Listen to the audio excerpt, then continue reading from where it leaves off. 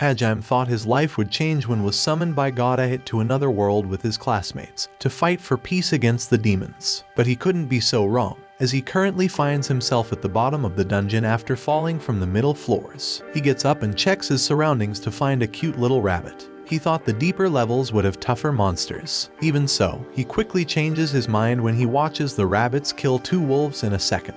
Unable to contain his fear, he makes noise, alerting the rabbit of his presence. The rabbit teleports to right in front of him. Luckily for him, a huge bear appears and instantly kills the bunny, eating it right away. He shouts in fear, watching the whole thing, and runs for his life while the bear is distracted. Unfortunately, the bear turns around and uses his ranged attack to slash Hajime's arm off. He looks in shock as the bear also eats his arm. To escape, he ends up using his synergist skill to make a hole in the wall to barricade himself from his attacker, and passes out from the blood loss. He, later, wakes up seeing the holy crystal on the ceiling. He remembers that it can produce an elixir that can cure all illnesses and heal him.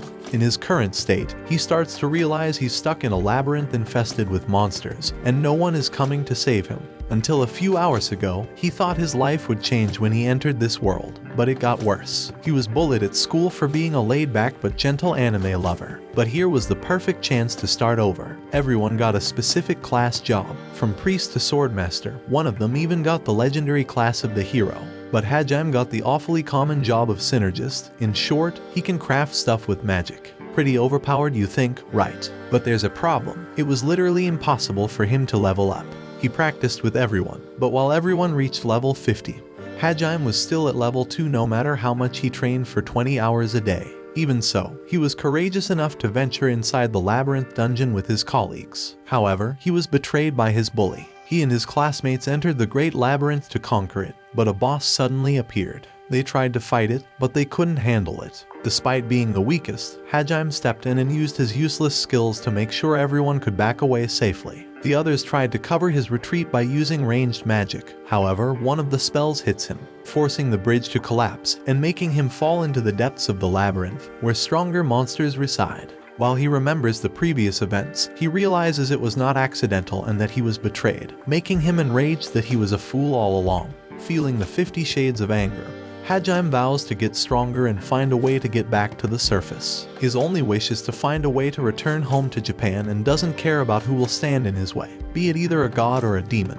He will make sure everyone will be beneath his feet. A wolf monster suddenly appears to attack him, but he's ever ready to fight and kill it using his spell. Feeling hungry and thirsty, he eats its meat raw despite knowing that it could kill him due to the poison. Unable to swallow such poisonous food, he uses the elixir dripping from the holy crystal. He starts to feel immense pain, and suddenly his body starts mutating.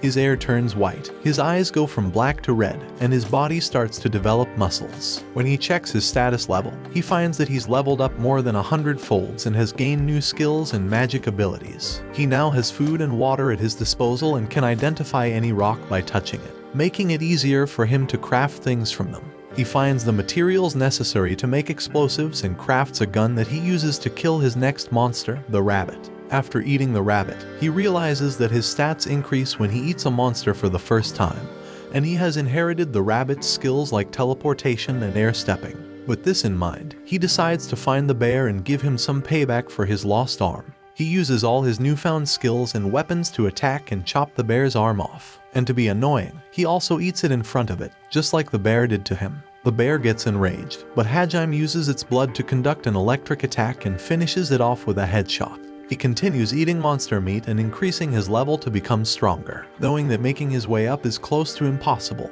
he decides to go down further and clear the dungeon by himself. He comes across a gate with a triangle symbol. He tries to brute force his way in by injecting his magic, and awakes up the monsters guarding the gate. He quickly kills the first one by shooting it in the eye, but the second one is smarter, covering its eye, which makes it impossible for him to defeat it. To make it worse, the monster starts using a magic barrier to rebel against his bullets. Hajime ends up baiting the monster into attacking him and uses his teleport skill to relocate, and finally shoot it off guard. Using the balls in the monster's necks, he manages to open the gate. There, he sees a floating cube that reveals to be holding a girl prisoner. She begs him to help her escape, but he turns away because he thinks she's tricking him. Nobody in their own mind would release a prisoner who was probably imprisoned for a reason. But when she says that she was betrayed, he stops. Remembering what happened to him a few days ago, Hajime turns back and hears her story. She's a vampire princess who was tricked and imprisoned by her uncle because of her incredible powers and immortality. He decides to help her and free her from the cube by destroying it. She asks him to give her a name, and he names her Yu because she reminds him of the moon. I don't know what the moon looks like in Japan, but over here it's white, not yellow. But suddenly, they're ambushed by a monster that shoots some stings at Hajime's back. He gets up and uses the elixir to heal himself, while Yu removes the stings from his back. He sees the monster hidden on the roof as a hidden guard to keep Yu from escaping. To free her, he immediately challenges it. He carries her on his back, making his way out of there. The monster chases them, forcing him to fight back with his gun. The monster falls to the ground with little damage. Yu tries to help, but first, she needs to get her power back. She bites him and sucks his blood while the monster tries to intimidate him with earth magic, which is his specialty, transmute. Yu gets up and creates a fireball that crushes the monster to the ground, but not enough to kill it because of its hard shell. Seeing an opportunity, Hajime gets in position while asking her to cast another fire spell. The magic crushes the monster as Hajime finds its weak spot and blasts it with his gun, killing it. While preparing the monster meat, Yu tells him about the last level depth of the labyrinth. There, they will find the person who built the labyrinth and find a way to get back to the surface. While he uses all the monster materials to create better weapons, Yu asks him about his life. He tells her everything about his classmates' betrayal and how he ended up becoming some sort of a monster, making her tear down and feel bad for him. He tells her that his goal is to go back to Japan. But Yu feels sad because once he's gone, she will be all alone again. Noticing the sadness in her eyes, he invites her to come back home with him. As they continue their way exploring the labyrinth, they find some stairs leading down to a door. Behind the doors, they find a magic circle and a huge hydra snake monster materializes out of it. The snakes immediately attack them. Yu helps Hajime up and shoots back at them with some earth magic. But the white snake heals the wounds of the other ones. Hajime sees this and decides to kill it first, but the yellow one defends it. As Yu tries to cast a spell, she gets confronted by one of the snakes that lock her in an illusion. She sees herself being imprisoned in the cube again.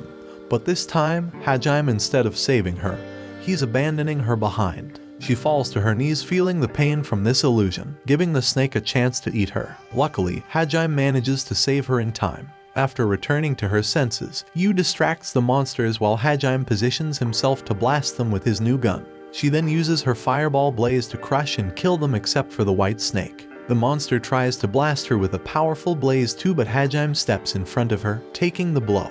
The attack renders him unconscious, and the monster continues striking at them with magic. To save him, Yu carries Hajime out of danger. She tries to wake him up, but nothing works. Feeling that he can only be saved with her sacrifice, Yu picks up his gun and races forward. Even so, the snake hits her again with another blast. She starts to tear down, seeing the snake preparing for the last attack, and apologizes for not being able to save him. Hajime hears her tears drop onto the floor and forces himself to get up to save her. He tells her to regain her strength by sucking his blood and goes back into the fight. He shoots some holes in the ceiling and throws grenades at it. As they explode, the ceiling drops on top of the snake and Yu uses her magic fireball to defeat it. They wake up in a bed the next morning, in a nice and peaceful looking place. Hajime collapsed and Yu carried him through an open door that she saw. They explore the place and find a magic circle. Hajime walks into and sees all the memories he had collected since he came into the labyrinth. Suddenly, a hologram video recording appears. It's the creator of the labyrinth. He introduces himself as a maverick and congratulates Hajime on conquering the labyrinth. He starts to explain the real goal of the labyrinth and the truth about this world. The god Ed, who summoned Hajime and his classmates, doesn't want them to end the war against demons. They were simply summoned to entertain the twisted god by fighting endless battles. The Mavericks are a group who are preparing to fight against Ehit, but their plans were discovered, resulting in them being hunted down and forcing them to create labyrinths to hide themselves. He explains that whoever clears the labyrinth will be awarded an ancient magic possessed by the labyrinth creator. And with this power, that person will be able to fight against Ehit and end this twisted game. With this, the creator transfers his ancient power to him and disappears. Hajime gets enraged, realizing that the things he's been told in this world were lies. But he doesn't care about it anymore. He just wants to find a way to return with Yu. But first, he needs to study all information and get stronger, so he decides to stay inside the dungeon and craft everything he will need to survive outside. Using all available materials, he creates a mechanic arm and uses a crystal to replace his lost eye from the last fight. He goes even more savage with his preparations, creating tools, weapons, and even ways of transportation, like a bike and a car. After 2 months, Hajime feels that they are strong enough and decides to step into the magic circle to get teleported outside. As their teleportation completes, they meet Shi, a bunny girl with the ability to see the future. She saw them in her dreams and decided to look for them. Hajime refuses, but Yu agrees because she knew the other dungeon's locations. She takes them to a tree that holds the entrance to another labyrinth. But he can't enter it. This is the last labyrinth. They have to conquer other ones first before they can get into this one. Taking the new information into account, Hajime realizes he needs to get more power and asks Shi to show him the way. She takes them to the nearest location, but they think she's tricking them because they're lost. Accidentally, she finds the right path to the entrance and falls inside. They explore the cave, clearing all the traps. As they reach the end, they finally find the boss monster, an armored knight. Even so, to their surprise, the monster doesn't provide much of a fight. The group uses Hajime's tools to simply take it down and pierce its core with Shi's hammer. On the verge of death, the boss monster, who reveals to be the dungeon creator, wishes them luck on their journey and departs. But right after entering another floor, they meet her again and she tells them about her little prank. According to her, each labyrinth has a theme according to its creator's personality. Her dungeon is more about traps and pranks. She gives them one ring as their reward, but Hajime wants more ancient magic. She thinks he's too greedy and makes her way out of there while filling the room with water to drown them out. After getting out, they decide to go to a guild to get a license to make it easier for them to move all around the world. To prove their skill, they're requested to track down a missing party. They take the job and decide to eat before starting their mission. There, they meet Eiko, Hajime's teacher, and some of his classmates. They recognize him by his name and voice and remark on how different he looks. Eiko asks him a bunch of questions, but he ignores her and pretends like she doesn't exist. One of the royal guards protecting her gets annoyed by his replies and confronts him, asking why he's acting high and mighty and sharing a meal with Shi, a beast man. He mentions that he should cut her disgusting ears, and then mentions Yu. Enraged, Hajime shoots him in the arm. Tells him to never get in his way again because he will kill him. The teacher gets shocked, as Hajime was always a kind-hearted person who wouldn't even hit a fly. But now he's a savage. Later in the evening, Hajime goes to Eiko's room and tells her what he found from clearing the labyrinths, while also mentioning some of the students betrayed him. In the early mornings before they leave, Eiko and the other students enforce him to take them to clear the mission. After arriving at a forest, Hajime releases his drones, which can be controlled with his crystal eye to find clues. They track the last survivor hiding behind a waterfall and head there to save him. But when getting outside, the black dragon that killed the guards appears and attacks them. Hajime blocks its fire attack with his sick shield, while Shi and Yu lend a hand with pummeling it down, but all they do is anger it. The dragon tries to attack him with fire, but Hajime uses his magic sniper rifle to shoot the dragon's wing, knocking it to the ground. Once recovered, the dragon tries to escape, but she knocks back down with her super hammer, making it pass out. Hajime tries to finish it off by sticking a huge metal rod in its behind, but the dragon wakes up with a painful tickle. The dragon begs for mercy, telling Hajime that it was bewitched by someone who cast a spell while it was sleeping to attack the other people. It asks Hajime to remove the rod so that it can transform back into its real form. Following Yu's wish, Hajime ends up removing it, and the dragon reveals to be a girl named Tio. To make it worse, she enjoyed the sensation and became a total pervert. She tells them that the town will be under attack because of a horde of monsters coming their way, led by the very same man. Eiko asks Hajime to help the town from the monsters, and even though he's not interested, he agrees because he respects her. He helps everyone prepare for the attack. The monsters arrive, but the battle is short-lived because of Hajime's overpowered weapons and his companions, which now include Tio. Among the monsters, he finds his classmate Shimizu, the person who cast a spell on Tio and is commanding the monsters. He is working for the demons because, unlike his classmates, they found worth in his skills, and his task was to kill his teacher Eiko. She's shocked by this. She never knew he was so evil and apologizes if she ever did anything wrong. She tells him that they will start over, but Shimizu holds her hostage, pointing a poison needle at her neck. He orders Hajime to strip down all his weapons, threatening to kill Eiko, but Hajime refuses to. She tries to save Eiko while Hajime shoots Shimizu. However, he still managed to poke the needle to poison the teacher. Hajime rushes to save Eiko with his elixir, who begs him to save Shimizu. But Hajime already knows his elixir cannot heal Shimizu's injuries, which will cause Eiko to feel sad. So he takes it upon himself to ask if Shimizu is his enemy. And as you can expect, the guy is a coward begging for his life. Even so, Hajime shoots him.